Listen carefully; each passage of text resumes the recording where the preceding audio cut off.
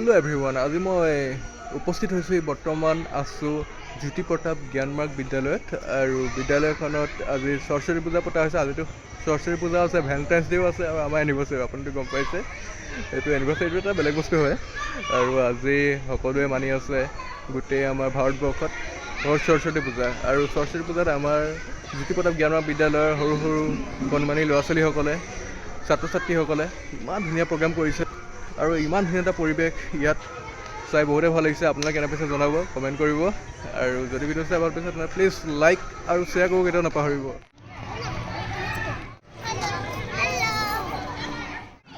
অঁ, ব্লগ বনাই আছোঁ।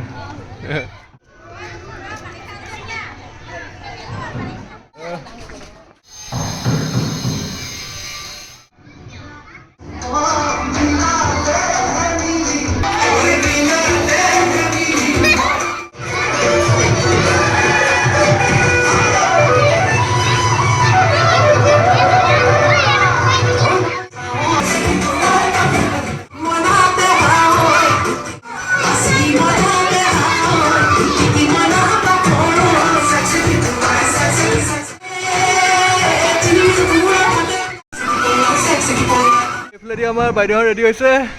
হাই কৈ দিয়ক। মজা।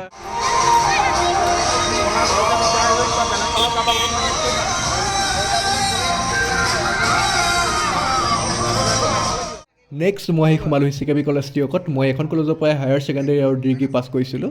আৰু আমাৰ বাও আছে আৰু মেমহঁতো এনেকৈ বহি আছে। মই আহি সোমালোহি ইয়াতে।